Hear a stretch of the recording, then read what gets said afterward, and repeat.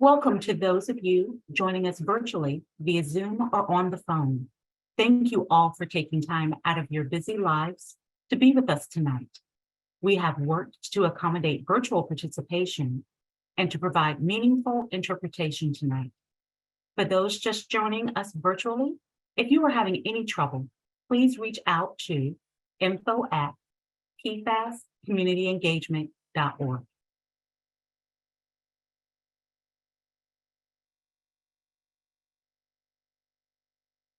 Next slide, please. Before we begin today's virtual community engagement session, we'd like to take a few minutes to review the webinar platform. First, a reminder that today's webinar is being recorded.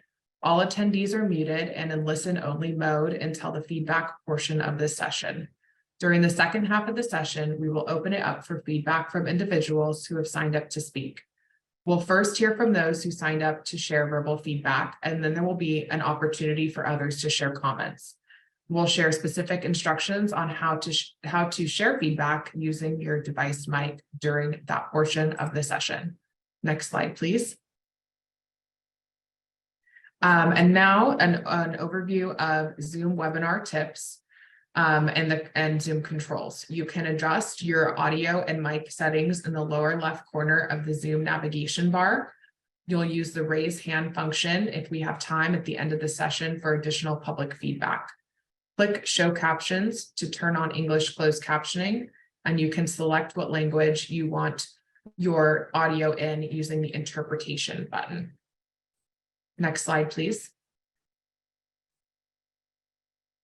There is an English and Spanish audio stream available for this session. To access the translated stream, you must listen via online audio in Zoom, not via the call-in number. Click the interpretation icon on the navigation bar in the lower part of the Zoom window to access your translation options. Select your preferred language, either English or Spanish. If you are listening in Spanish, it is recommended to mute original audio. This option is also located in the translation button in the navigation bar. Next slide, please. If you need technical assistance with the Zoom platform at all during this webinar, please email info@pfascommunityengagement.org. We have text standing by to assist you. And I will turn it back over to our moderator for the evening, Rachel. Thank you. Before we begin, I want to highlight that by participating in today's online event, you acknowledge and consent that your name, video, image, or phone number may be visible to others in the live online meeting, as well as captured in the recording. Next slide, please. Thank you all for joining us tonight. As you know, tonight we are going to focus on a class of chemicals known as per- and polyfluoroalkyl substances, or PFAS for short. And we plan to both describe some work the U.S. Environmental Protection Agency is doing on these chemicals, and then to hear from many of you. Before we begin, I wanted to share a bit about myself, your moderator for today's session. My name is Rachel McCullough, and I work for EPA Region 4 in Atlanta, Georgia. It's my job to help keep our session organized and moving along this evening. I am here because I assist in ensuring the region provides meaningful community engagement for all sorts of environmental contaminants impacting communities. I am a mom of 2 little boys, and I want to ensure a clean environment for them and your families as well. I have the privilege to lead a team of committed community involvement coordinators who work diligently to assist communities in understanding environmental rules, processes, and have a voice in the work we do at the EPA. Thank you all for joining us. Next slide, please. Next, I'd like to share with you our basic plan for this evening. Right now, as you can tell, we are starting with housekeeping and introductions. Next, we will hear a few words from EPA's Regional Administrator, Daniel Blackman. We'll then turn to a member of EPA's PFAS Council, John Show. And then we will hear a bit from Aaron Jones, who will share more about PFAS and also about EPA's work under the PFAS Strategic Roadmap. Following these remarks, we are looking forward to hearing from many of you during the listening session portion of today's event. It's important for me to note we've reserved more than half of our time tonight to hear from you all during the listening session. We'll share more details about how you can participate in the listening session when we get to that portion of today's agenda. But next, I would like to introduce Daniel Blackman, Administrator of EPA Region 4. In his role, he oversees our agency's goals of protecting human health and the environment here in the Southeast region, which represents 8 states: Alabama, Florida, Georgia, Kentucky, Mississippi, North Carolina, South Carolina, and Tennessee, and 6 federally recognized tribes. Regional Administrator Blackman is a passionate leader who has dedicated his career to creating economic opportunities for marginalized communities throughout the South and working to ensure a healthy environment for all, not just a select few. All right, Blackman, I'll turn it over to you. Thank you so much, Rachel. I want to first thank everyone for being on this call. It's very important for me to be here tonight, and I will be with you for the duration of this conversation. However, I'll be joining you in a short while by camera to make sure that my bandwidth and our ability to communicate and my words can be articulated as clearly as possible. I want to thank you all again for joining us today. As it was stated, my name is Daniel Blackman, and as Rachel mentioned, it is my honor to serve as Regional Administrator in the Southeastern region of the United States. Stepped into this role in November 2021, which was just a little over a month after EPA's PFAS Strategic Roadmap had been released by EPA Administrator Michael Regan, my boss and the administrator of the entirety of EPA, at an event held right here in Region 4. So from day one, I was hearing about the issues of PFAS contamination from my team, from the region, from the states, and I was hearing this from the administrator who's very passionate about this as well. For those of you that don't know, Administrator Regan calls Region 4 home. I call Region 4 home. And last week, I had the opportunity to be with him in North Carolina, where he made the announcement of EPA's first ever proposed drinking water standard for PFAS. His passion, his commitment, his unwavering ability to address PFAS as an agency priority is clear, and I myself have long worked to be a voice for marginalized communities around the environment, environmental issues, and other issues throughout the United States. A part of this commitment is knowing how important community perspectives are to the work. And so tonight, I'm grateful to be here with you, and especially, and more than anything else, to hear from you. A little later, as we explore the efforts that EPA is conducting and committed to addressing around PFAS. I want to acknowledge from the outset that the topic we are covering here today can be challenging, partly because the issues we are here to talk about can be complex, and also many of you are likely here because PFAS have already impacted you. And we're sensitive to that, not only the impact on you, but to your family, to your community, and you're potentially concerned about PFAS and how it may impact you and your family in the future. You'll hear more from my colleagues about this and other issues in a few minutes, but PFAS are widely used for long-lasting chemicals, often called forever chemicals, because they don't break down over time. There are thousands of different PFAS. Studies show that certain PFAS have a serious public health and environmental impact, and as we continue to learn more about the human health and environmental effects of these chemicals, EPA will continue to be committed to working to address these chemicals using our PFAS Strategic Roadmap, our plan to research, restrict, and remediate them. Another critical area of focus for us is to empower meaningful action on behalf of all people who are impacted by these chemicals, regardless of their zip code or the color of their skin. When we're talking about PFAS in Region 4, I want to first highlight our state's engagement and our leadership.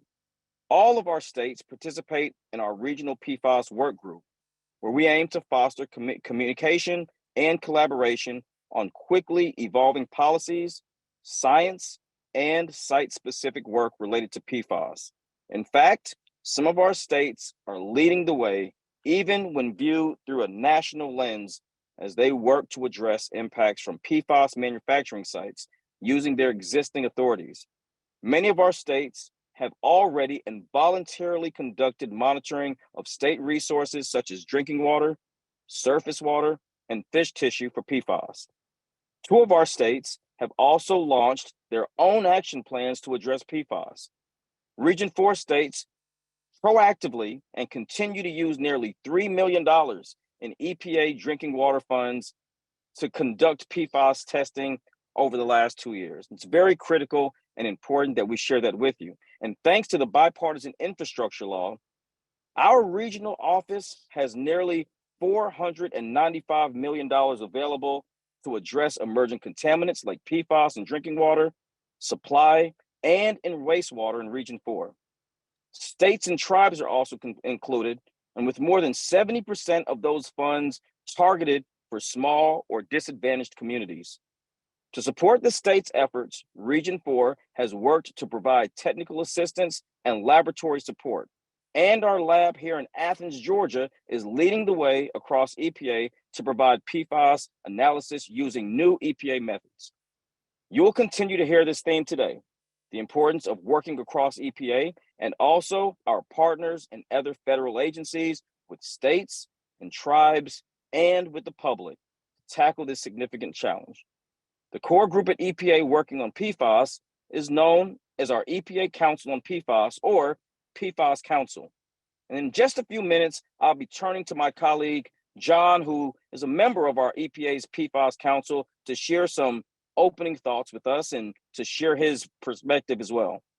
In our listening session later this evening, my EPA colleagues and I are interested to hear from all of you about PFAS and how it's impacted you, your family, and or your community. The feedback you provide today will help us better understand what you are experiencing in order to keep us focused on protecting human health and the environment and addressing PFAS contamination. Your feedback will also help us to better understand more about the risks of PFAS, including information about what PFAS are, how they are used, and how they can impact our health on a daily basis. You'll soon hear from our EPA colleagues about the actions EPA has taken and plans that we have and the plans that we take, and each and every one of you are welcomed for your feedback on these actions and or additional actions you'd like us to consider. As I've said and talked about in my comments, we're doing this work in close coordination with our federal, state, tribal, and local partners. So we'd welcome feedback on ways we can work more effectively with these partners. Finally, one priority area for us at EPA is to better understand how PFAS contamination may disproportionately impact communities already overburdened by environmental hazards and contamination, and what EPA actions that we can take or our partners can take. With that, I'll turn it over to John, and I'd like him to unmute himself. And thank you for coming off camera, sir. Welcome, and we look forward to your comments. Great. Thank you very much, Daniel. It's a pleasure to be with you today. My name is John Schoaf, and I'm the Director of the Office of Air Policy and Program Support in the Office of Air and Radiation at EPA headquarters. And in this role, I help to support the agency's leadership team and our core program offices in OAR to coordinate cross-cutting issues such as science policy, regulatory management, and environmental justice, to name a few. An additional responsibility I have in my job, and the reason I'm here with you today, is that I serve on the group that Daniel mentioned, which is known as EPA's PFAS Council. PFAS is an issue which I am also personally committed to, as some of my involvement predates my tenure on the council, when I worked in our chemicals program and contributed toward initial agency efforts on PFAS and PFOA. As Daniel mentioned a few minutes ago, addressing PFAS issues is a top priority for EPA and our administrator, Michael Regan. And as you'll learn more in a moment, one of Administrator Regan's first actions when he joined us in 2021 was to create EPA's PFAS Council. In creating the council, Administrator Regan asked us to develop an ambitious plan of action to advance science and research to restrict these dangerous chemicals from getting into the environment and to remediate the problem in communities across the country. The plan we developed, known as the PFAS Strategic Roadmap, our whole of agency approach to addressing PFAS. You'll hear more about the roadmap in a few minutes. The roadmap sets timelines by which EPA plans to take specific actions across each of our major program areas, not only in my Office of Air and Radiation, but in other areas as well. In addition to these program-specific priority actions, we also included a set of actions that cut across our specific program areas, one of which is to engage directly with communities in each region and in follow-up to a recommendation from EPA's National Environmental Justice Advisory Council, or NEJAC. While I'm committed and passionate about moving EPA's collective work forward on PFAS nationally, the best way to do this is to ensure that action is informed by the needs and priorities of all our communities and our regions. It's important to hear firsthand about your experiences with PFAS contamination. By listening to all of you, I can have a better sense of how to have the greatest impact through our work. So thank you again for being here today. And I look forward to hearing from many of you during our listening session later in a few more minutes. Now, I would like to turn to Region 4's lead point of contact on PFAS, Erin Jones, to spend some time walking through EPA's PFAS Strategic Roadmap and setting the stage for our listening session. Thank you.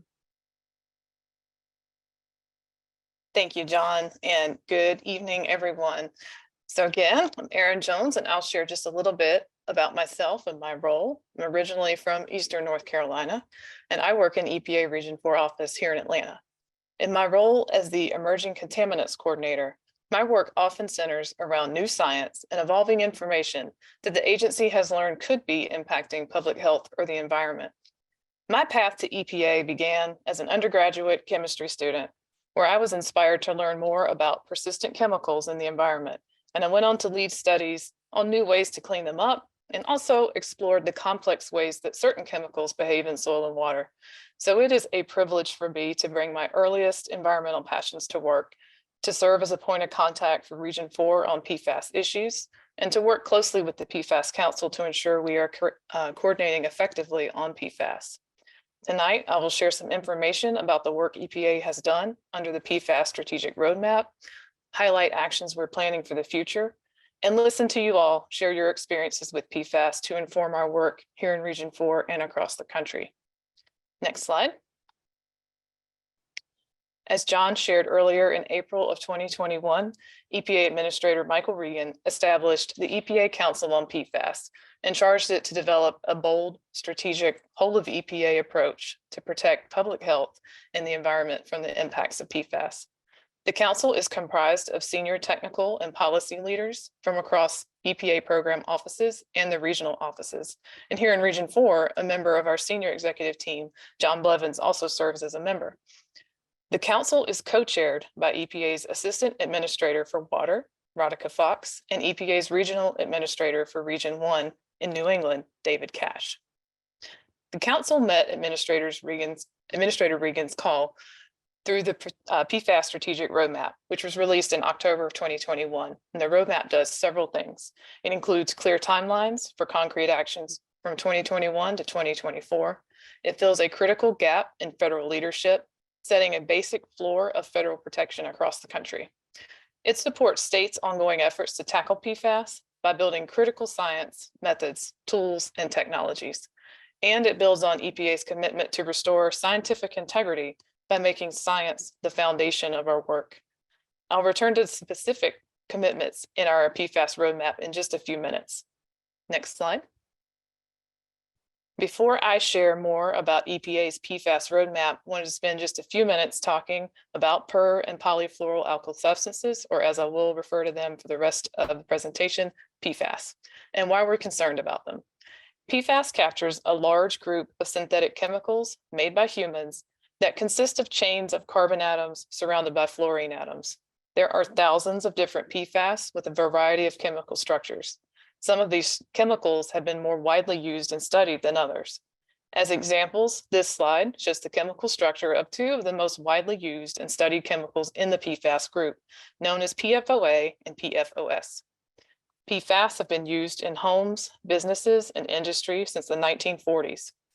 They have been and are used by many industries and are found in many consumer products due to their useful properties, including stain and water resistance, and their beneficial role in firefighting foam used to extinguish fuel fires. Due to their widespread use, PFAS have been found in soil, water, fish, and air across the country and around the world.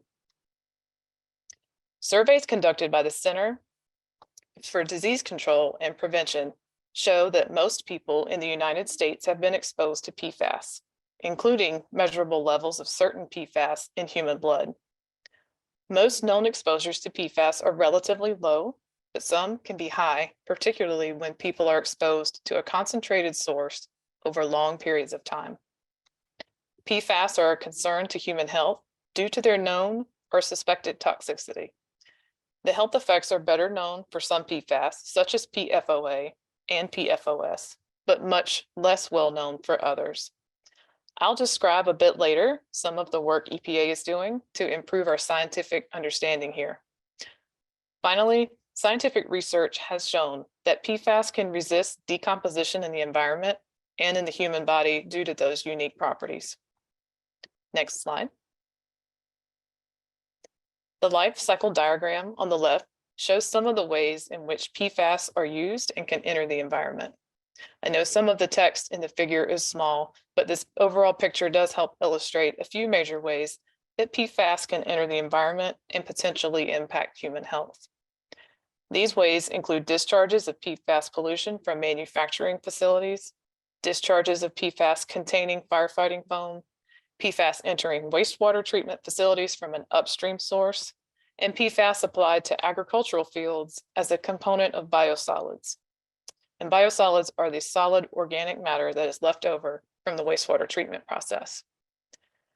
Through these significant and diverse pathways, PFAS contamination presents unique challenges. EPA's approach toward PFAS takes this uniqueness into account, and so it's centered around the following principles. First, we're going to consider the life cycle of PFAS, including those unique properties, the ubiquity of their uses, and the multiple pathways for exposure. Second, we want to get upstream of the problem.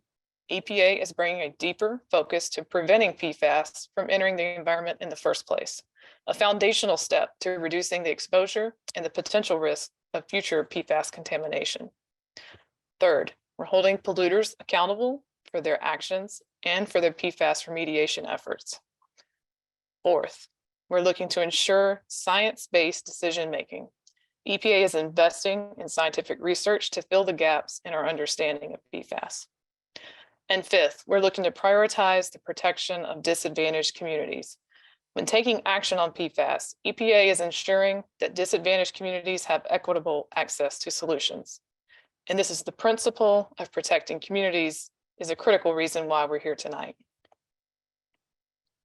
Next slide, please. So the risks posed by PFAS demand that EPA attack the PFAS problem on multiple fronts at the same time.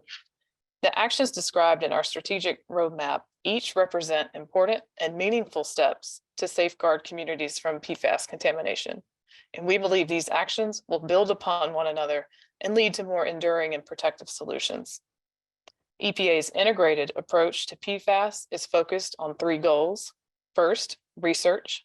EPA is investing in research, development, and innovation to increase the understanding of PFAS exposures and toxicities, human health and ecological effects, and the actions that we can take that incorporate the best available science. Second, restrict. EPA is pursuing a comprehensive approach to proactively prevent PFAS from entering air, land, and water at levels that can adversely impact human health and the environment. And third, remediate. EPA is broadening and accelerating the cleanup of PFAS contamination. Next slide. In the PFAS roadmap, EPA is committed to issuing a public report on its PFAS progress each year. In November of 2022, EPA released its first one-year progress report summarizing the critical actions we've taken. Since the roadmap's release in October of 2021, EPA has taken the following actions, which I'll talk about in greater detail later in the presentation. But we've proposed to designate 2 PFAS as hazardous substances under CERCLA or Superfund. We've released the drinking water health advisories for 4 PFAS. We've laid the foundation for enhancing data on PFAS. And we've begun distributing $10 billion in funding to address emerging contaminants under the bipartisan infrastructure law. We've expanded the scientific understanding of PFAS and translated this science into EPA's efforts. We've proactively used enforcement tools to better identify and address PFAS releases. We're taking steps to better understand and investigate PFAS contamination and to take appropriate enforcement action. And we've released a set of PFAS analytic tools to publicly share data on PFAS in communities. And finally, we've engaged with federal partners and the public. EPA's PFAS work was informed by public webinars, stakeholder meetings, congressional testimony, and engagement with EPA's federal advisory committees. EPA is also coordinating with its federal agency partners in the Biden-Harris administration to harness the collective knowledge, experience, and capacity of the federal government to address PFAS. In addition to highlighting the actions EPA has taken, our one-year progress report also identifies a series of upcoming priority actions for 2023, such as proposing a national drinking water standard, which was just announced here in Region 4 last week on March 14th. Taking final action on the proposed CERCLA designation for PFOA and PFOS, continuing to improve chemical data and safety, restricting upstream PFAS to waterways, PFAS discharges to waterways, addressing PFAS and biosolids, and engaging with communities like we're doing here tonight. I will cover each of these upcoming actions in a few moments. Next slide. Over the next few slides, I'm going to cover program-specific commitments from various offices here at EPA. So as I highlighted earlier, science and research are the foundation of EPA's work on PFAS. EPA is working to improve the scientific understanding of PFAS in 3 primary areas. First, we are looking to develop and validate methods to detect and measure PFAS in the environment. Second, we are working to advance the science to assess human health and environmental risks from PFAS. Our scientists are developing human health toxicity assessments for additional PFAS, compiling and summarizing available and relevant scientific information, identifying PFAS sources, the ways PFAS move in the environment, and the pathways by which people can be exposed to PFAS. And also, we're characterizing how PFAS exposure might contribute to cumulative impacts on communities. And just here in Region 4, to further support research, last October, EPA awarded individual research grants to Duke University and Emory University, totaling nearly $500,000 to improve our understanding of how people are exposed to PFAS in their homes and also in Region 4 communities. And third, we are working to evaluate and develop technologies for reducing PFAS in the environment. This work is going to inform decisions on drinking water and wastewater treatment, contaminated site cleanup and remediation, air emission controls, and end-of-life materials management. Next slide, please. The next area I'm going to cover is our work to ensure chemical safety. EPA's Office of Chemical Safety and Pollution Prevention is working on many actions to restrict PFAS. And most of these actions fall under 2 laws, the Toxic Substances Control Act, or you may have heard TSCA, and the Toxic Release Inventory Program, which you might know as the TRI program. First of all, EPA is working to deepen our understanding of PFAS categories through the National PFAS Testing Strategy, which EPA released in October of 2021. The testing strategy is a major step towards a game-changing goal of breaking PFAS into distinct categories to direct research, amplify regulatory action, and accelerate technology and policy solutions to restrict or remediate PFAS.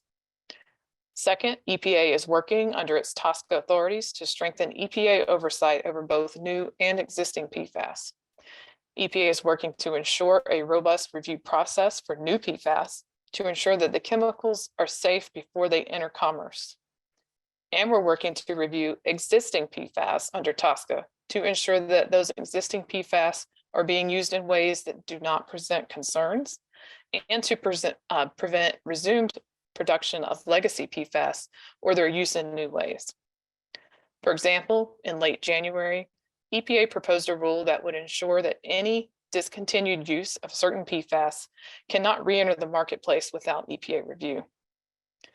Third, EPA is collecting data and improving reporting on how PFAS are used and released. Under TSCA, we are working on a final rule to better characterize the sources and quantities of manufactured PFAS in the United States. This final rule is going to collect significant new information on chemical quantities, byproducts, worker exposures, and disposal methods. And under the Toxics Release Inventory, or TRI, we're working to enhance PFAS reporting by proposing a rule to remove exemptions and exclusions from reporting. Last December, EPA released a proposed rule to enhance this TRI PFAS reporting. And if finalized, this rule would enhance the data available to the public so that EPA, other federal, state, and local agencies can use these data to help us best protect health and the environment. And fourth, EPA is working to reduce the presence of PFAS in products that are purchased by the federal government. In December of 2021, President Biden signed an executive order that would reestablish the federal government as a leader in sustainability. A critical element of that executive order was to promote sustainable federal purchasing, which includes prioritizing the purchase of products without added PFAS. And EPA is taking a leadership role in that work. Next slide. Next, we'll cover our Office of Water, where we're taking an extensive set of actions to restrict PFAS through EPA's programs to protect drinking water and our lakes, rivers, and streams. First, let's take a look at drinking water. On March 14th, again last week, EPA took a key step to protect public health by proposing the first ever national drinking water standard for 6 PFAS, fulfilling a foundational commitment in the PFAS Strategic Roadmap. Through this proposed rule, EPA is taking a major step to protect public health from PFAS pollution, and we've leveraged the latest science and contemplated state efforts to limit PFAS by proposing to establish these legally enforceable levels for the 6 PFAS known to occur in drinking water. The rule will be open for public comment soon, and you can learn more about the proposed rule and about how to access the formal public comment docket on our website at epa.gov/PFAS. EPA hosted a webinar last week that covered an overview of the proposed rule, and we're going to hold an additional webinar on March 29th for drinking water professionals. EPA will soon make the webinar recordings and the presentation materials available on our website. And we'll also be holding a virtual public hearing on this proposed rule on May 4th. So you may learn more about these opportunities again at epa.gov/PFAS. EPA is also working to improve drinking water data through monitoring, toxicity assessments, and health advisories. And EPA is currently taking important steps to monitor drinking water in communities across the country through our 5th unregulated contaminant monitoring rule, or you might hear UCMR5. This program is testing for 29 different PFAS chemicals from 2023 to 2025 in thousands of drinking water systems nationwide. You might remember that an earlier round of EPA monitoring from 2013 through 2015 helped us discover PFAS contamination and led to significant state and local actions to safeguard our drinking water. With our latest rule, we're taking it a step further. we'll be testing nearly 5 times more PFAS at significantly more water systems and using methods that can detect PFAS at much lower levels. These new data will be critical in improving our understanding of how communities, including low-income communities and communities of color, may be exposed to PFAS in their drinking water. Here in Region 4, nearly 2,200 public water systems serving over 60 million customers must conduct sampling for these 29 PFAS going on now through 2025. As I mentioned earlier, in June of 2022, EPA released 4 health advisories: the interim health advisories for PFOA and PFOS, and final health advisories for PFBS and for Gen X chemicals. And under the Clean Water Act, EPA is working to develop discharge limits for industries that use PFAS through our Effluent Limitation Guidelines program. We're working to proactively establish national technology-based regulatory limits for specific categories of industries that discharge PFAS.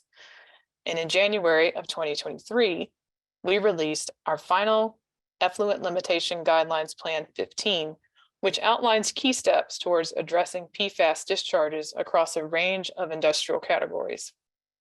Also under the Clean Water Act, we're working to address PFAS in permitting and through analytical methods, water quality criteria, and fish advisories. We're working to leverage the National Pollutant Discharge Elimination System Wastewater Permitting Program, or NPDES, to improve monitoring and to reduce PFAS discharges to waterways. In December of 2022, EPA released new guidance to states describing how to leverage permits and pretreatment programs to increase monitoring, including at known or suspected discharges of PFAS. This guidance will enable states to take appropriate steps to restrict PFAS at their source, collect important data on PFAS discharges, and enable communities to work closely with their state permitting authorities to take action where discharges may occur. We're also working on improved analytical methods to measure more PFAS in more places.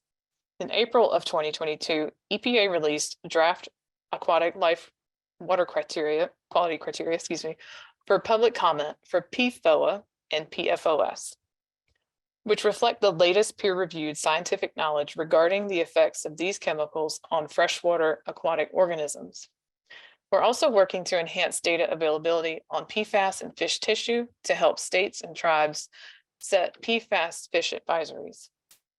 And finally, as I referenced earlier, we're working to evaluate the risk of PFAS in biosolids. So we'll be finalizing a risk assessment for PFOA and PFOS that will serve as the basis for determining whether regulation of those 2 chemicals in biosolids is appropriate. Next slide, please. This slide covers 2 of our program offices: our Office of Land and Emergency Management, which houses EPA's cleanup programs, and our Office of Air and Radiation, where our team of experts work to address air pollution. First, we'll talk about a specific action that I highlighted earlier under CERCLA, which is the Comprehensive Environmental Response, Compensation, and Liability Act, or more commonly known as Superfund. In September of 2022, EPA published in the Federal Register a proposed rule to designate PFOA and PFOS as hazardous substances under CERCLA or Superfund. If finalized, this rule would require facilities across the country to report PFOA and PFOS releases that meet or exceed the reportable quantity for these substances. It would also enhance the ability of federal, tribal nations, state, and local authorities to obtain information regarding the location and extent of the releases.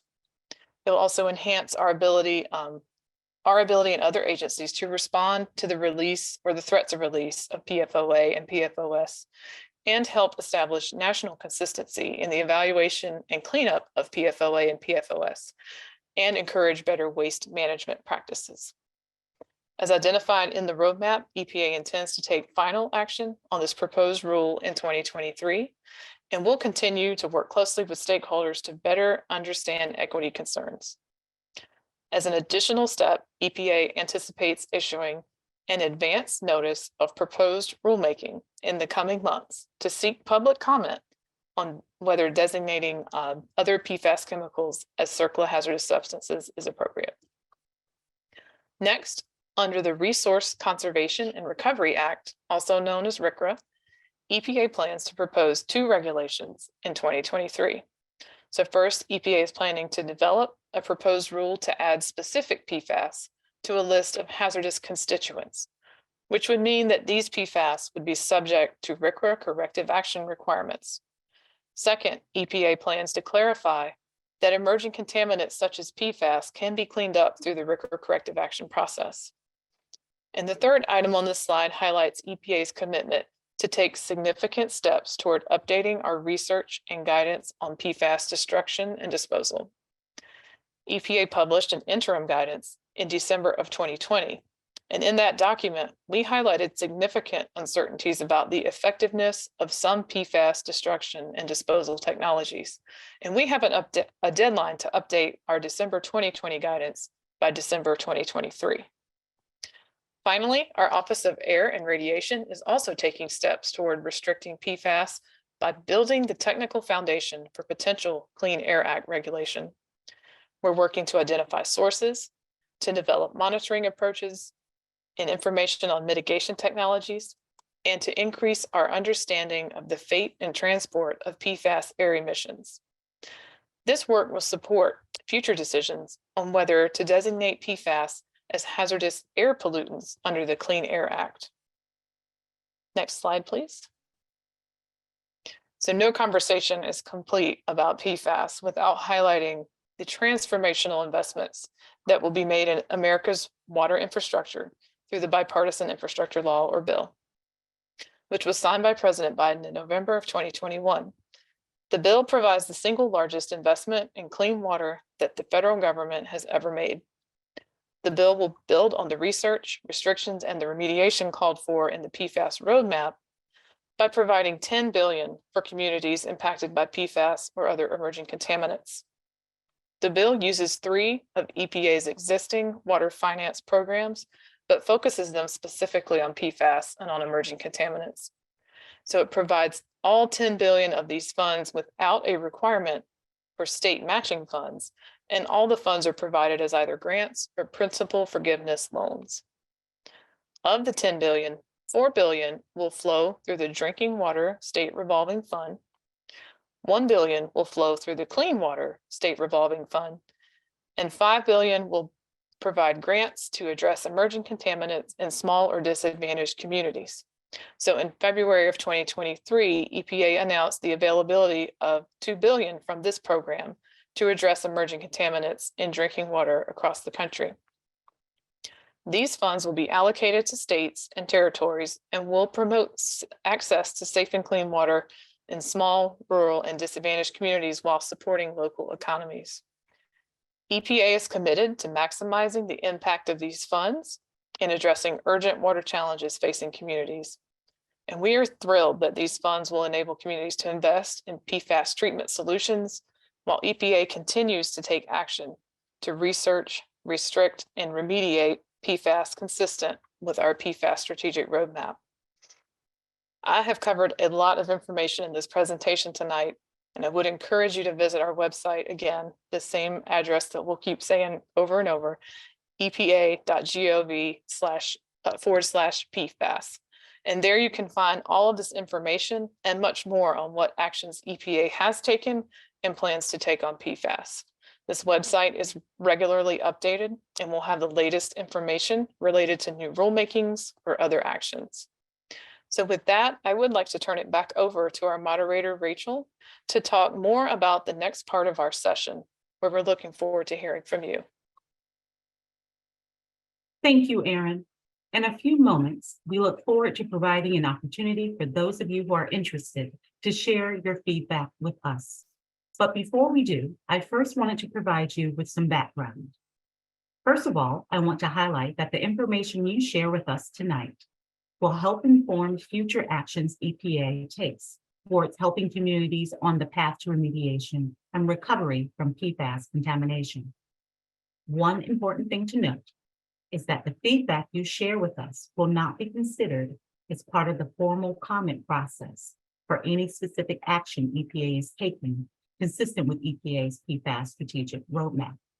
If you have comments on any specific action we are taking, such as a proposed regulation, you should provide those comments as part of the formal public comment process.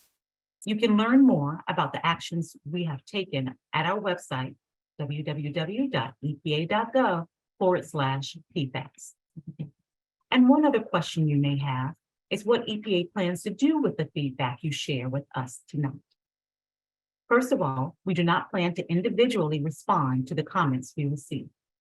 However, we do plan to synthesize the feedback we hear from you tonight and the feedback we gather at the other regional listening sessions we are holding to inform EPA's future work on PFAS.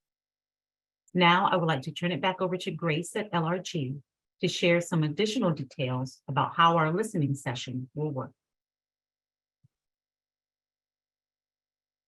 Thank you, Rachel. We will now be opening this session up for public feedback. First, we'll hear from individuals who signed up during the registration process. Before we get to those folks, a couple of tips for how to share verbal feedback. If you signed up ahead of time, you'll receive a message in Zoom with a link that gives you speaking permission.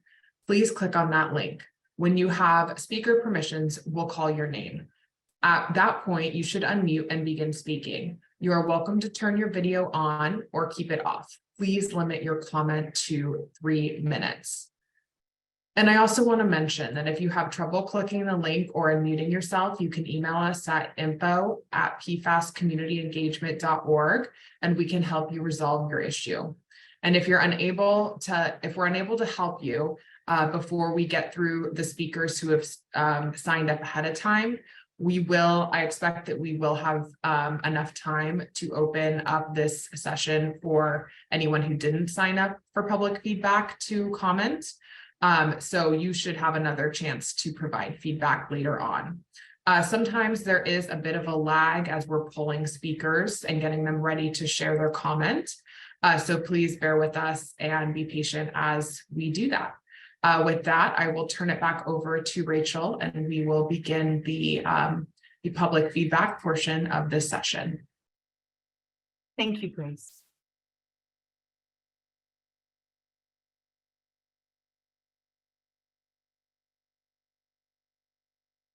So while we're getting our first, our commenter queued up, please click on the prompt that comes up to give you the ability to speak. And then we will, you can give your feedback to us. Thank you.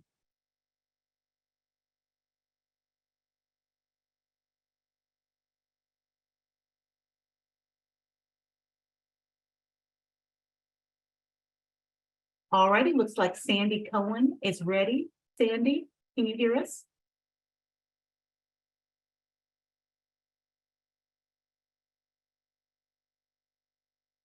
Sandy, if you're speaking, we can't hear you.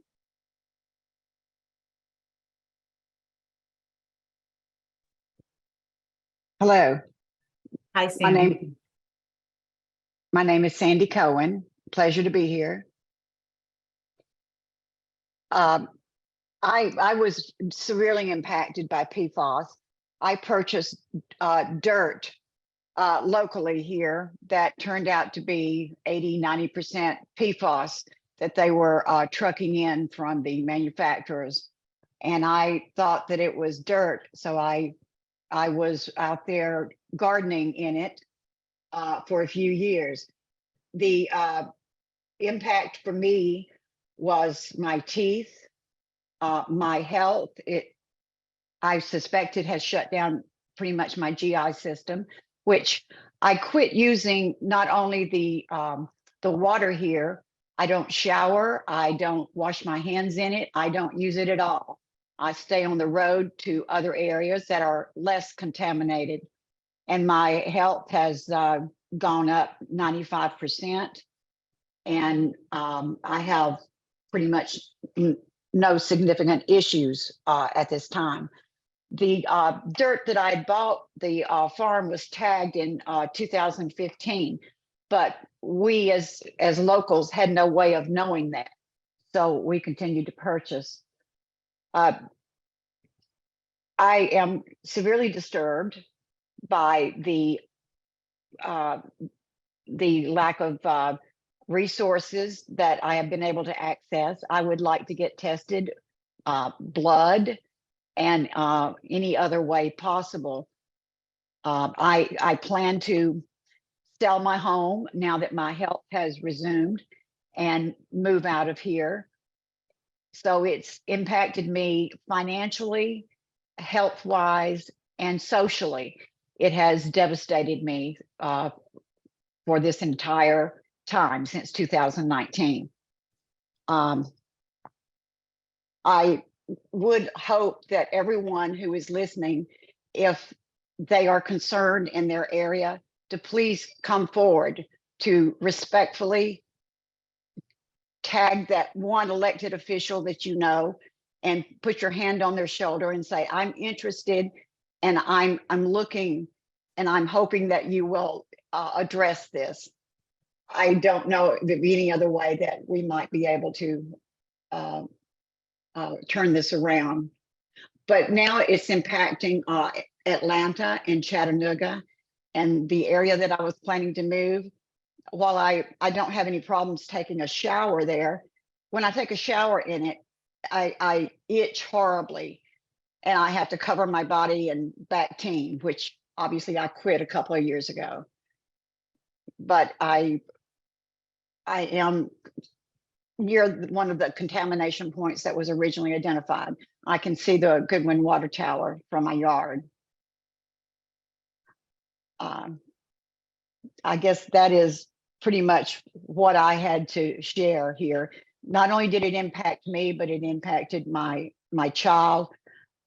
I suspect that it's the majority of my graduating class, more than 50% are, or right around 50% are deceased. And it is obviously disturbing, but I want to thank you for your efforts and for the time you've allotted me. Thank you, Sandy. Thank you for your feedback. All right, next, we are going to hear from Emily Donovan. Emily, are you ready? Hi, yes, I'm just trying to get set up. Can you hear me? Yes, ma'am. Perfect, great, thank you. My name is Emily Donovan and I live in Leland, North Carolina, and I work in Wilmington. So that means I live and work within two different water districts. Both are contaminated with high levels of PFAS.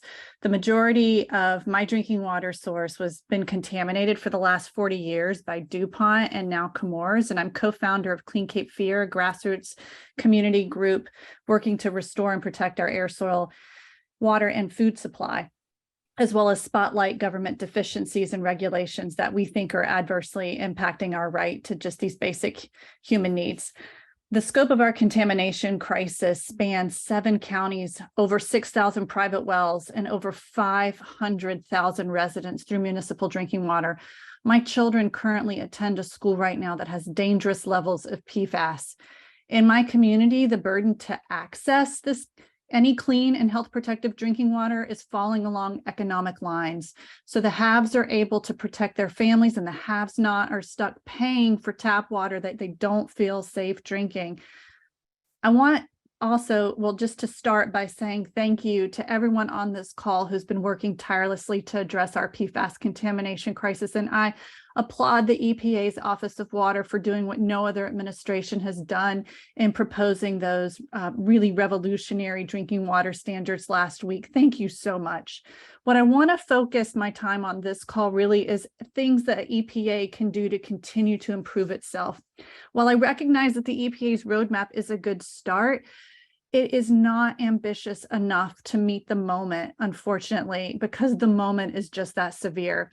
We are trying to correct decades of PFAS use and abuse. We need the EPA to address PFAS as a class.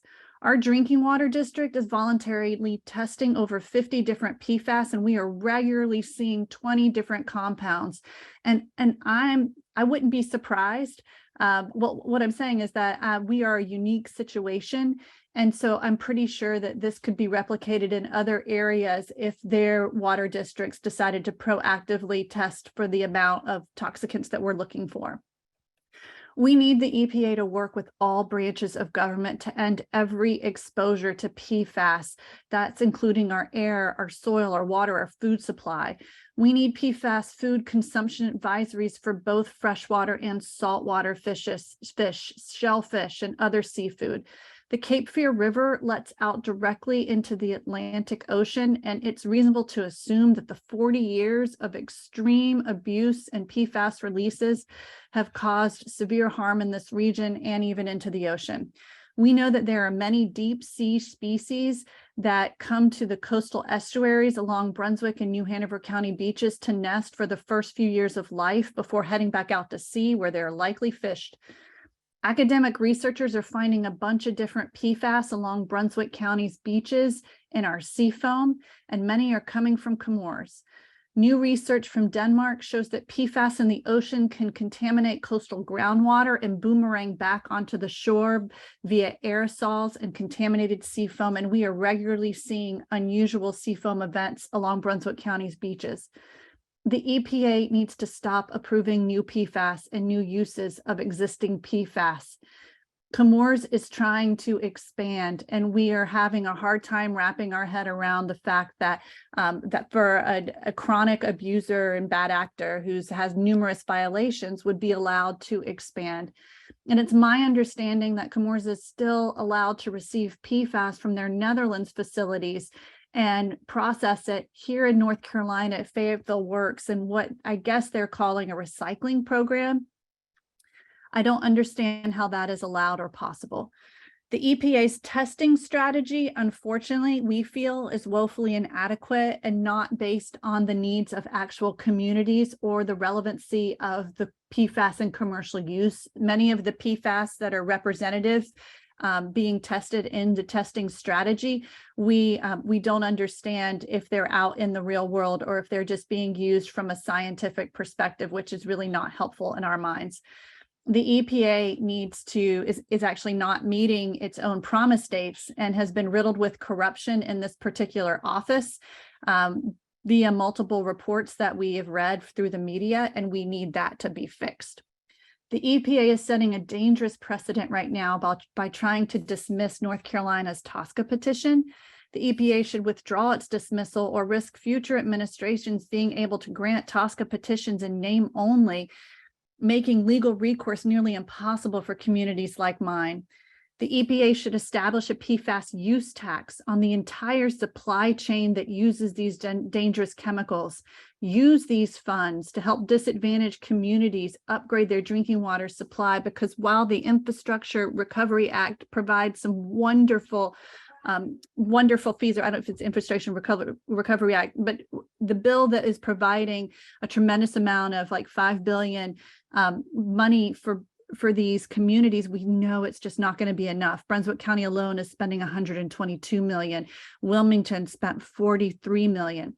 So if we are taxing the actual users of this chemical, then that should be used to kind of help disadvantaged communities. The EPA should restrict government contracts from manufacturers that are chronically being issued notices of violations. There should be a moratorium on access to any government funding if the EPA has had to issue chronic and repeated violations. And then I want to just end by simply saying that I understand that this administration is doing more than we have seen, and I'm very grateful for that. And I also want this administration and everyone that works at the EPA on this call to know that communities like mine, we are so grateful and we care deeply, and we just want you to keep fighting and keep doing everything within your power to make the EPA work more for the people and not the polluters. Thank you so much. Thank you, Emily. Thank you for your feedback. I just want to remind you all that we aren't directly answering to individual input, but we are taking your input back to inform our work. Next, we have John Bonix. Are you ready?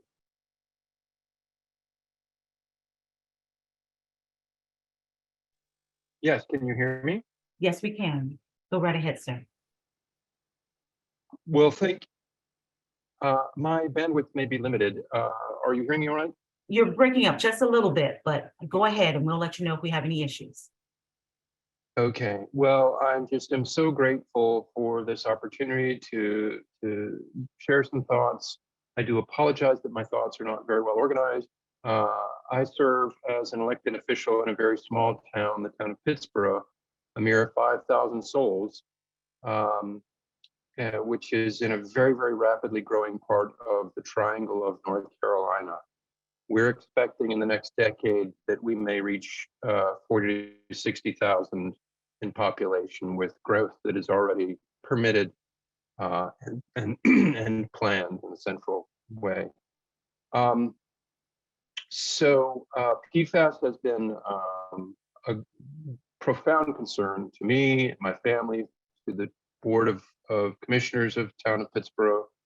We are very fortunate that we had sufficient fund reserves to install a granular activated carbon filter, a GAC filter, on our town water plant. We did that in an accelerated way without proper building and structures, just to get the filter in place as quickly as we could. We were also exceedingly fortunate that we received an earmark from the Congress to help offset some of the costs of this on our ratepayers, because many of our ratepayers cannot afford additional rate increases. I'm hoping that these thoughts can kind of give you affirmation of the direction of your work, friends at EPA, because we're just deeply grateful. I am, however, very concerned about what local governments are going to do for testing. The costs of testing are extraordinary, and our ratepayers can't bear them.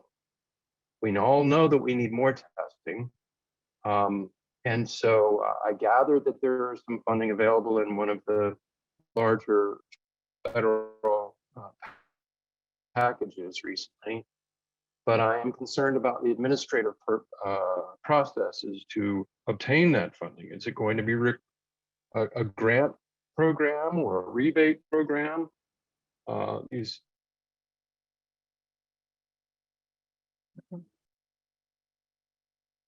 John? John, you cut out on us. Okay, we may have lost John. If he is able to rejoin, we'll let him finish his thoughts, okay? All I'm right. trying to. Oh, there you are. Speak now. Oh, thank you. Sorry, you I cut out there, apologize. John. No, it's I okay. apologize for my poor bandwidth. So again, just from an administrative standpoint, I'm very concerned that our town staff may not have the capacity to pursue the grants or obtain the funding. So will it be a rebate or what? Open questions. I hope that you'll work to address the ease of local governments obtaining these funds. I'm also especially motivated because in the NC State University study of this watershed here in North Carolina that Emily Donovan referred to, we're up at the upper end of the same watershed that Emily is living in. NC State University did a study of blood drawn from residents and water drinkers in Pittsburgh and all the way down the Cape Fear watershed. And I was among 206 in the town of Pittsburgh. The sum of 7 PFAS contaminants that were measured in my blood, I was astonished to learn that I had the highest accumulation of everyone in this town. It turns out that I'm in the 99th percentile for the whole watershed. All that's just to say that this really does impact us. I could go on to some personal health anecdotes, myself, my family. I understand my time is up.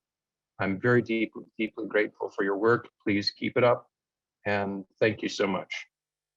Thank you, John. Thank you for your feedback. Next up, we have Elaine. Elaine, can you hear us? Yes. Can you hear me?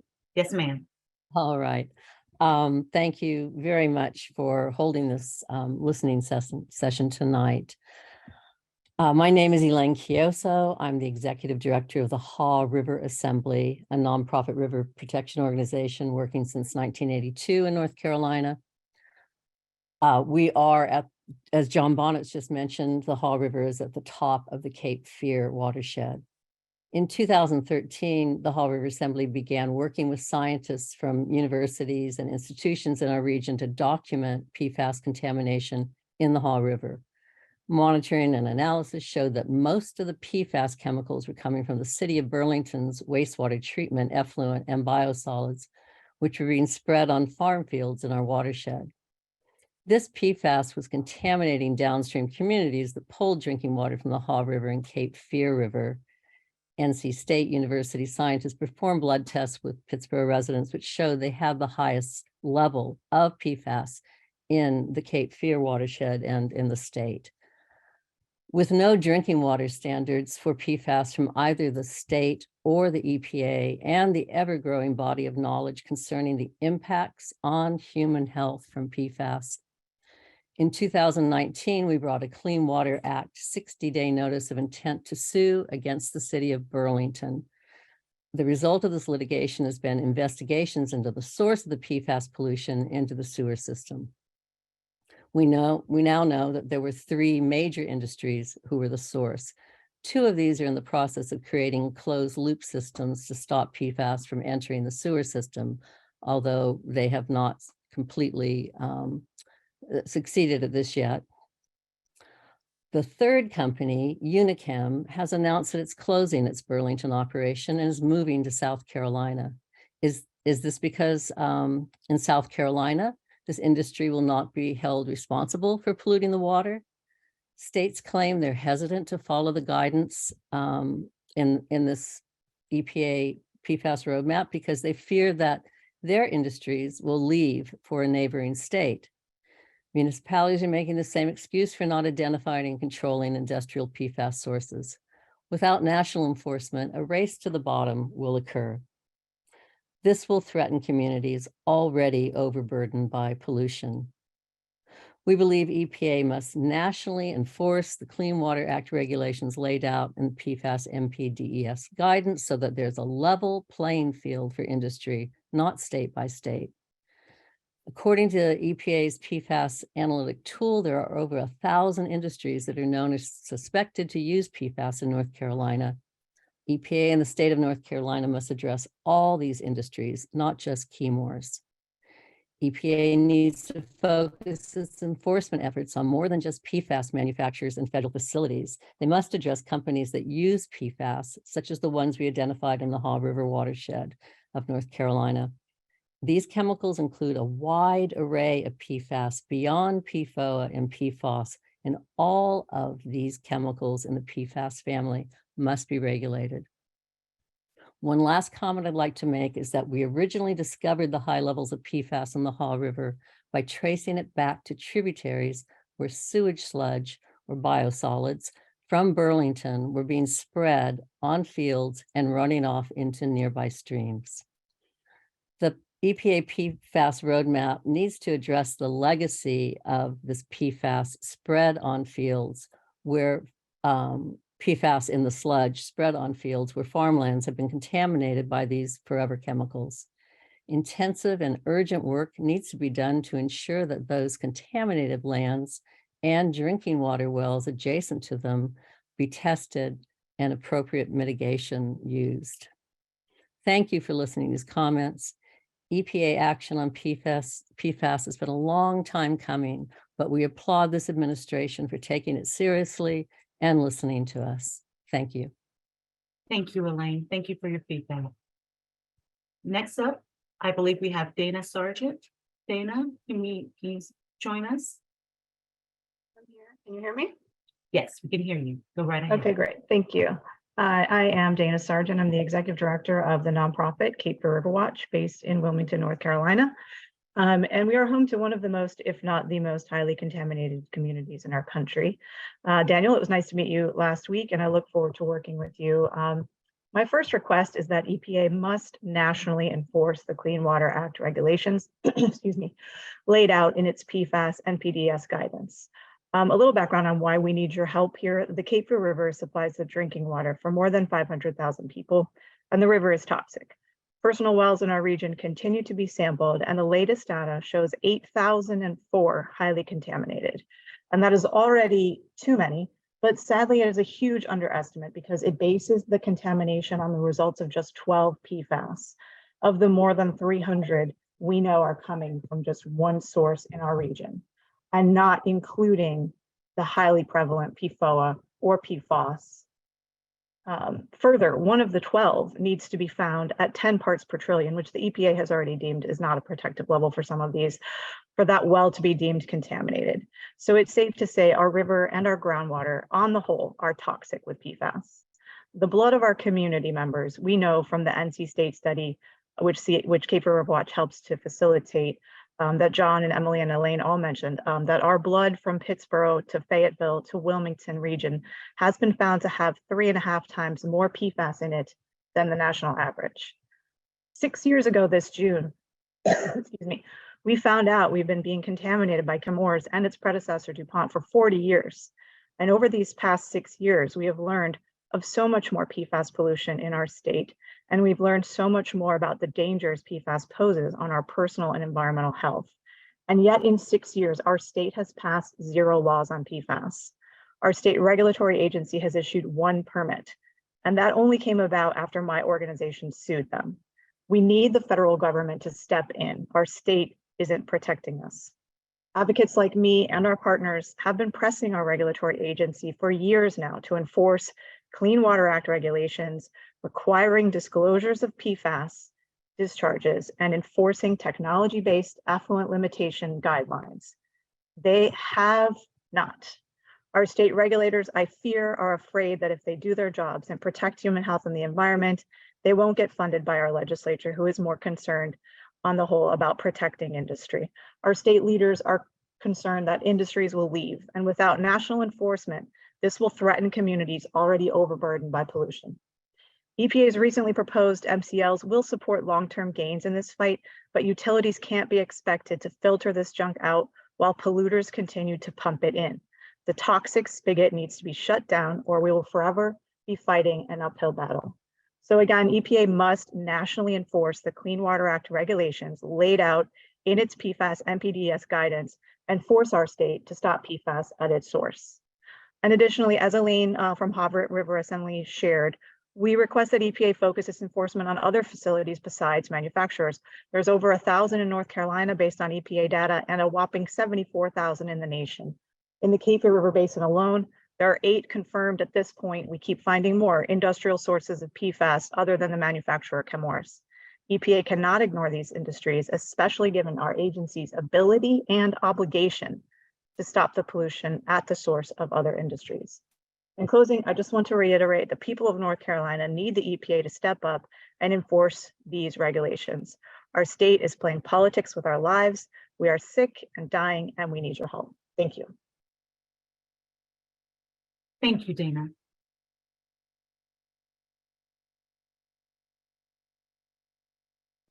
Thank you to all who signed up to provide feedback. We still have some time left, so let's open it up to anyone else who wants to give feedback on any of the issues that we discussed today. If you did not sign up ahead of time, but you would like to give feedback, click the raised hand button in the navigation bar of Zoom. Please keep your hand raised until you've had the opportunity to give comment. You'll receive a message in Zoom that you have to accept, and we will give you speaking ability. Unmute when your name or your number is called. You may share your webcam video if you'd like.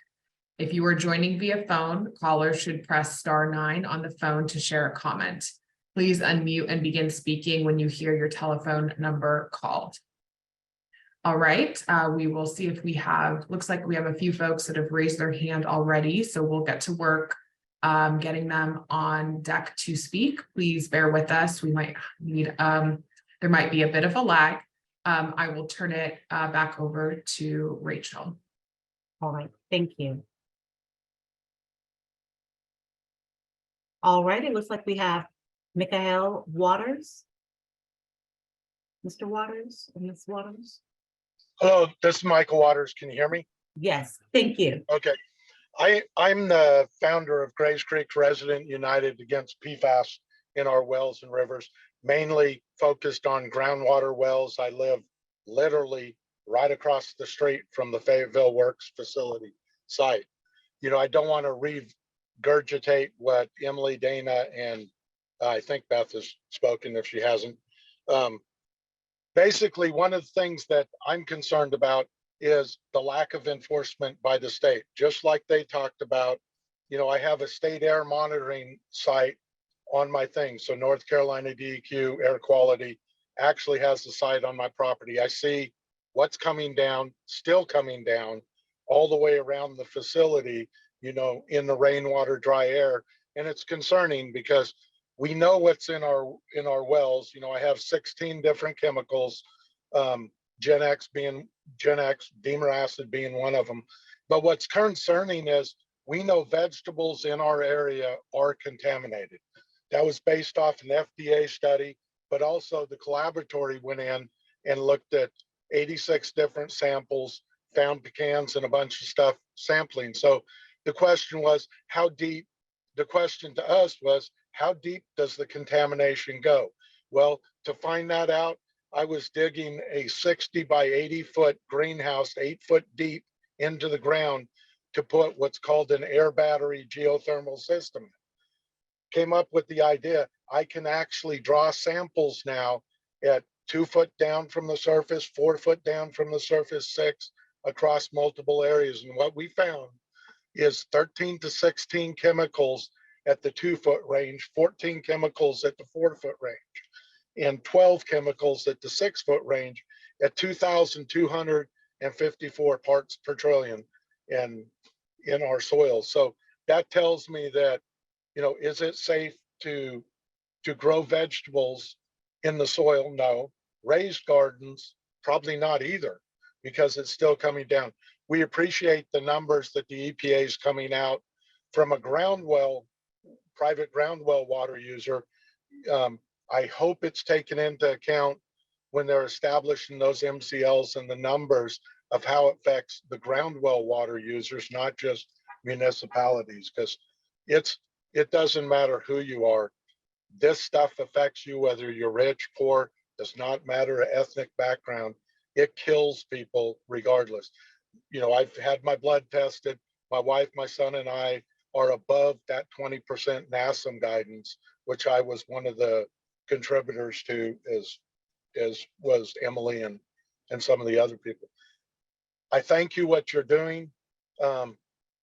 Keep driving on, and please press on our state personnel, and it's not political bound against Democrat, Republican, because our governor is pushing for the expansion of Wolfspeed, which is a very dirty company, and it requires the expansion at the Chemours facility to make the semiconductor products that they're going to do. You know, thank you. Thank you, Michael. Thank you for your feedback. Just a reminder, while we aren't responding directly to your comments and the feedback that you leave tonight, we are taking your input and comments back to inform our work.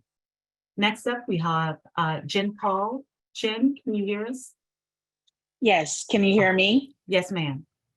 All right, good evening to everyone. My name is Jen Paul. I also represent the NAACP. I am a part of the environmental committee here in Osceola County. And the concern that we have here, the residents that reside in the Whitted Historic Community, we've worked with the Department of Environmental Protection, and they came out to do some assessments done soil and groundwater due to a dumping site that was used back in 1964 that sits in the center of residents that surround this property.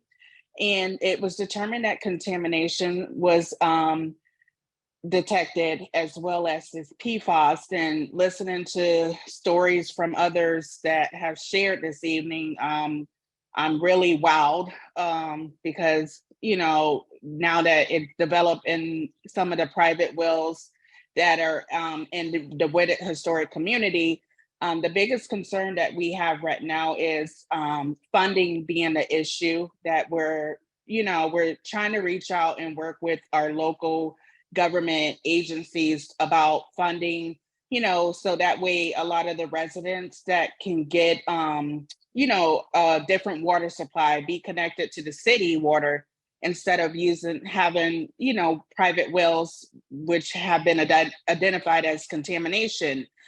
So funding being a big issue is one thing that I'm concerned about, and looking to get the resources. How can we get help? And a lot of this community is based off of elderlies, older folks who have been in this area before this site became a dumping site. So that's currently all I have to share, but just looking to get help. And I'm glad for this opportunity to share this story and listen to the others, and learned a whole lot just within this last hour and a half. So thank you.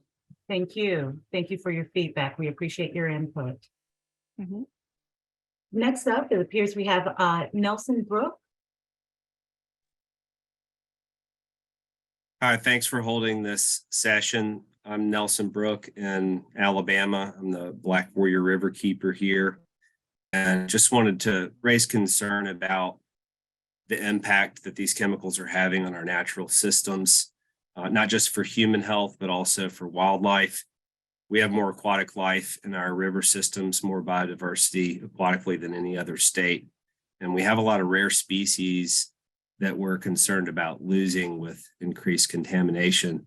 Likewise, we have a lot of people here who depend on our natural river system, wetlands, lakes, and streams as a way of life for fishing and hunting, and also just enjoying the outdoors. And I just encourage y'all to dig as deep as possible, put as many resources into further research and regulation and limitations on these chemicals and all the products that have them, as well as all the facilities that are generating contaminated products and disposing of them. Because, of course, we all know now these products are being found in the environment all around us.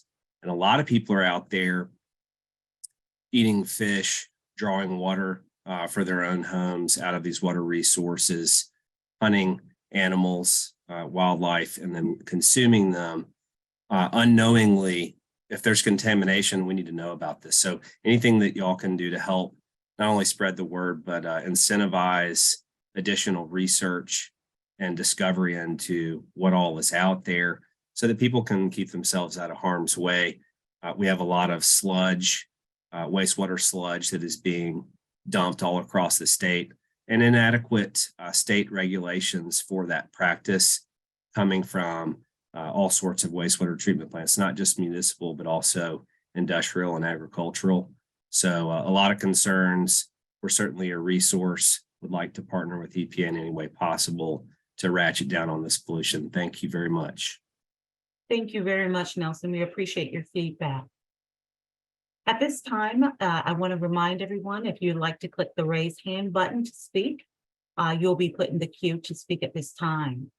Just unmute when your name or number is called, and you can share your webcam video if you choose. At this time, if there's any others who would like to speak, just click the raise hand button. Otherwise, you can press the *9 button on the phone to confirm that you wish to also provide some feedback.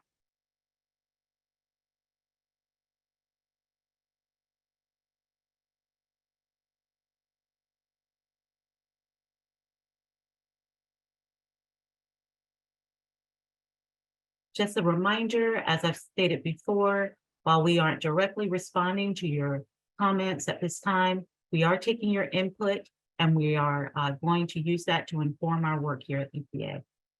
So we are just giving a few more seconds to see if anyone has any additional feedback they'd like to provide.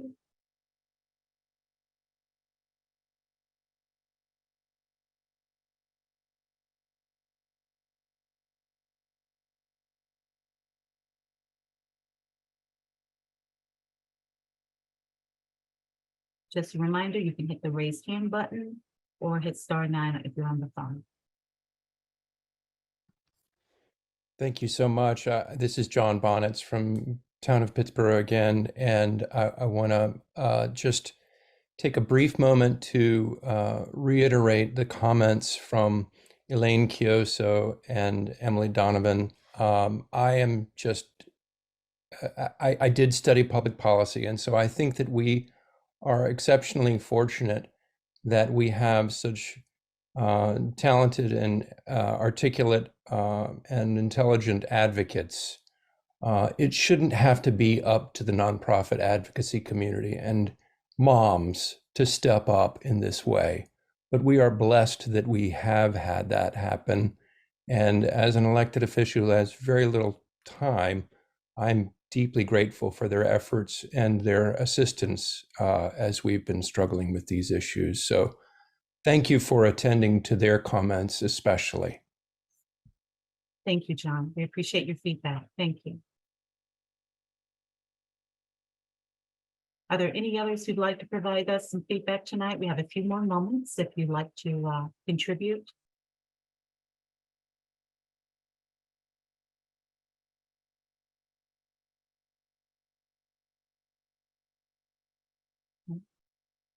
Well, in the interest of time, I'll go ahead and provide us with our, Tamara. All right, Tamara. Can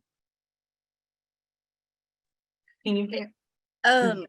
I'm curious if you're all going to, I know you can't answer this directly now, but working with the sewer districts and sewer districts that still have CSOs in your path moving forward, not just industries. Okay, well, we'll take that feedback back to our offices and incorporate that as well. Thank you so much, Tamara. All right, next it appears that we have Sandy Cohen. Sandy.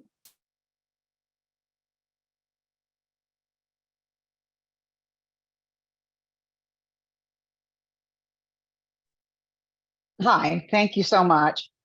The area here, we are at 92 parts per billion the last time that they reported to us, and that was over 2 years ago. The wells that they currently say that will alleviate our issues here are being drilled in contaminated soil and contaminated areas. So we know that won't. When I worked, I provided the equipment to the municipalities in the Southeast. Most all of the plants bought from me.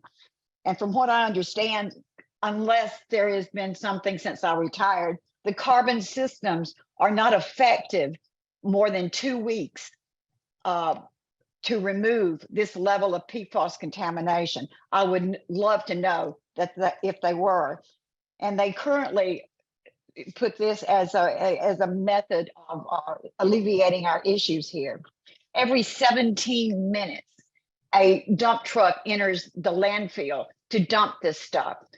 My farm that I had to dispose of, the animals were dying, the cattle, the chickens, thousands were dying. As some other people have pointed out, they used to come by and bring dump trucks trying to give me free fertilizer. They never disclosed that what the content was. I just smelled a rat because nobody trucks in that kind of material for zero remediation to them. I am totally disappointed in our local system and our local government. When I went down and started looking at the water map and asking about the water flow in our area, they said immediately, "I'm so sorry, we're here to celebrate someone's birthday today and we're closing for lunch early." So at 10:30, they pushed me out the door, almost. They locked it behind me before I was a foot past it, and they did not unlock the doors for a year and a half. We have a significant communication and attention issue here. And even though I've done several TV interviews, I I was threatened, as was the veterinarian that originally exposed this. It took her 3 days to recant. And I frankly I was nervous about continuing. I did quit, but I would love to find a source or a method to effectively move us forward. I tried to secure a lawsuit during the first 12 months because I knew that that was a timeline that was important before you had to get really into a lot of money to file, from what I understand. All the counties around us, when they were called on it, they immediately settled, but we have not even really formally acknowledged the issue. And the paper continually prints that you drank it yesterday, you're going to drink it today. It's not going to hurt you to drink it tomorrow. And we have really significant problems here, and I frankly don't know how to begin to assist and address, and I'm obviously not qualified to do so, but I would love to move forward if it is possible. And if you have any ideas, I would be most open to hearing from anyone. Thank you so much. Thank you very much, Sandy. We appreciate your feedback. Thank you for your input. Next up, I think we have Jessica Paul. Jessica, are you ready?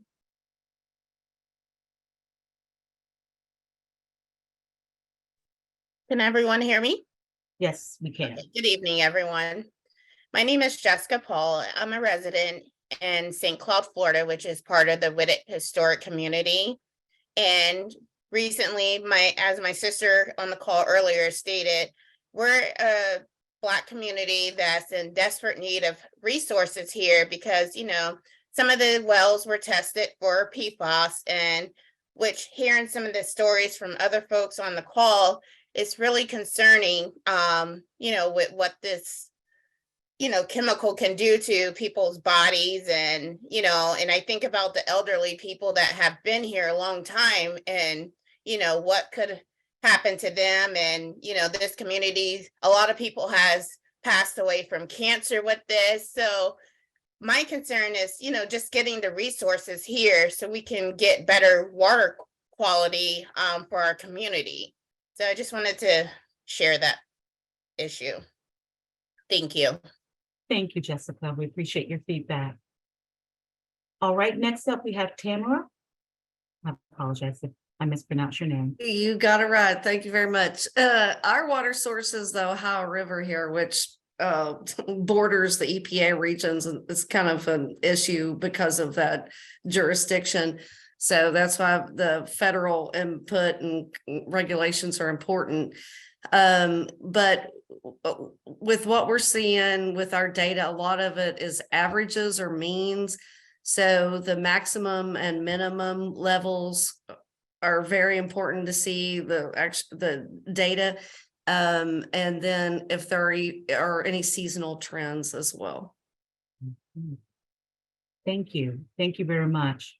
And just as a reminder, while we're not responding directly to your questions and comments tonight, we are taking your input and will be used to inform our work.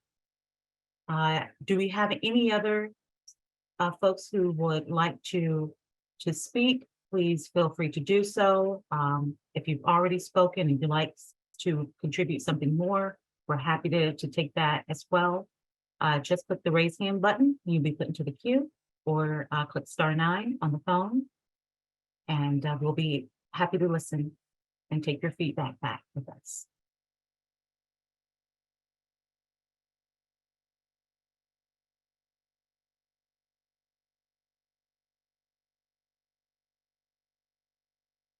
Again, we thank you all for your feedback and sharing with us. We are listening, we are taking notes. If you see us looking away and down, we're taking notes of what you're saying. All right.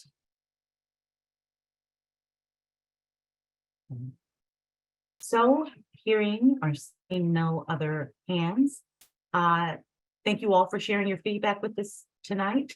Before we close, I'd like to turn it over to Aaron to share a few of the major themes we've heard from you tonight.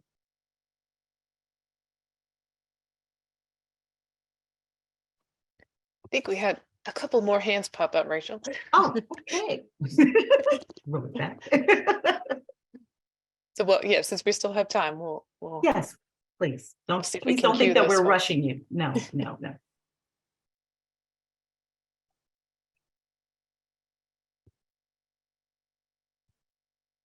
All right, Susan. Susan, you're next.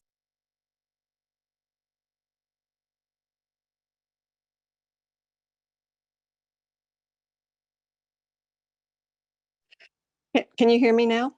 Yes, ma'am. Yes. Okay. First, this is really helpful, and I've learned a lot, and I would reiterate a lot of the comments that people have said. One of the questions I had was, in one of the slides, you talked about prioritizing marginalized communities, and so I think going forward, it would be helpful if you explain what that means to the public. Is this based on risk? What exactly does that mean for the communities in terms of dollars, assistance, and what's the basis of that? Thanks. Thank you so much for your question. We certainly will incorporate that going forward. Catherine, are you ready? Yes, hello. I'm actually from Region 4. I'm actually from Dalton, and PFAS are a huge problem. And there's not a lot of coverage on it, and even though it's such a significant issue and it impacts a lot of racial and ethnic communities in Dalton. And so I was wondering, when is this session recorded? I think I missed the first part of the recording, so or not the recording, but the overall presentation. And then two, are there any other kind of materials that are made to disperse to communicate to the public about these issues? Thank you. Thank you so much, Catherine. I believe that this session is being recorded and it will be available online at the website that you see, probably the next slide, epa.gov//PFAS. So you'll hear us say that website many times over, where you can continue to get additional information about PFAS and what EPA is doing to address it. Okay. All right. Are there any additional hands? Anyone else that'd like to speak tonight? Again, while we aren't directly answering questions or responding to comments, we want to make sure that you are clear that we are taking your input back to inform our work.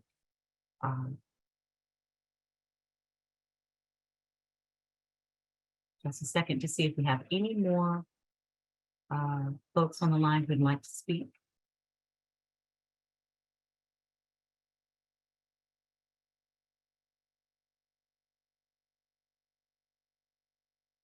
Give it a few seconds.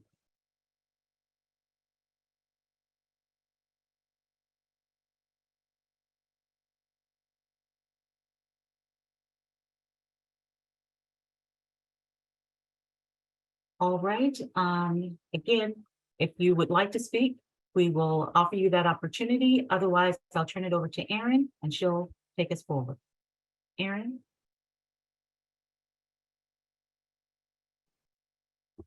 All right. Thank you, Rachel. Again, tonight we heard quite a few themes, and I am pulling up my notes here. So we heard about the significant, well, first of all, I want to acknowledge that we had speakers from Alabama, Florida, Georgia, Kentucky, and North Carolina, and we had individuals sign up to join us tonight from each of our 8 states in Region 4. We heard about the significant ways in which PFAS has directly impacted your health, your finances, and your communities, and the challenges that you face in getting access to PFAS testing and what do the results mean. We heard gratitude for EPA's recent drinking water standards, but a strong desire for EPA to be even more ambitious to address the significant challenge. We heard about the importance of preventing PFAS discharges into the environment, which can impact air, land, surface water, drinking water, rainwater, fish, dirt, food, and impacts along our coasts as well. We heard about challenges in accessing resources to test for and treat PFAS, especially in drinking water and especially in small, rural, or disadvantaged communities. We also heard an appeal to better define our work and how we are planning to prioritize those types of communities. We heard specific concerns about high PFAS levels in your blood or in the blood of your families or communities, and the unique challenges faced by the families who are served by private wells. We also heard about the importance of continuing to do research on PFAS, on being transparent in sharing those results, and taking appropriate action. And we heard about the importance of continued federal leadership from us at EPA in the areas of setting national standards and further building on the efforts of the states here in Region 4. So again, above all, we heard generally about how PFAS is impacting your communities and the critical importance of our work to address PFAS contamination. I truly appreciated the opportunity to hear from you all tonight, and I want to turn it over to our Regional Administrator, Daniel Blackman, to provide us with a few closing remarks. Hey, Aaron, thank you so much. I have really enjoyed the opportunity to have public comment. And for those of you who have given us your evening and taken time away from your families, we do know that it is very important for that time that you have. And we do appreciate it as an agency, you all taking that time to share with us and to be in many actions. You guys have really been forthright with us, and we are listening. Took a couple of notes while I was listening, but I want to just say thank you again to Aaron, and thank you all for being willing to share the perspectives that you've had. We've had your input, especially your concerns about the issues that we've spoken about today. And again, we take this information back to inform the future work that we will continue to do and what we will continue to commit to. Administrator Regan reminded us last week that for far too long, families across America have been struggling with this issue, and our commitment as an agency to address the issue front facing and to be here and to listen is a commitment that we both share. At this point, I want to just say thank you again for the evening you've allowed us to have and for sharing that time with us. For those of you who've given remarks, I do appreciate it. I'd like to make sure we turn it over to Rachel to provide any other additional reminders before we close out for the evening. Again, on behalf of Environmental Protection Agency Region 4, we thank you so much for your time, and we are so thankful that you have given us input that we can share towards our future guidelines and planning. Rachel, I'll turn it over to you for anything else that I may have missed. Thank you, Daniel. Following today's session, I want to highlight that you may continue to share input after today's event via email to pfascouncil@epa.gov. As we noted earlier, first, the feedback you share with us orally or via email would not be considered as part of the formal comment process for any specific action EPA is taking under the PFAS Strategic Roadmap. You can find more information on EPA's efforts on PFAS at EPA's website at epa.gov/PFAS. On that site, you can find links to each of the major actions EPA is taking under the PFAS roadmap, and where appropriate, links to the formal comment opportunities for each action. And second, we do not plan to individually respond to the comments we receive, but we do plan to synthesize what we've learned from each of our regional sessions to inform EPA's future work on PFAS. Before we close, I also wanted to mention that in addition to the regional listening sessions, EPA will be hosting a tribal listening session on April 6th from 2 to 4 p.m. Eastern Time. More information is available, again, at epa.gov/PFAS. With that, I would like to thank you all for joining us tonight, and a special thanks to each of you who shared feedback with us today. I also would like to thank Regional Administrator Daniel Blackman, John Schoaf from EPA's PFAS Council, and our Region 4 colleague, Aaron Jones, for joining us as well. We also certainly appreciate all the great support from Grace and the team at LRG during tonight's session. Thank you all again, and good night.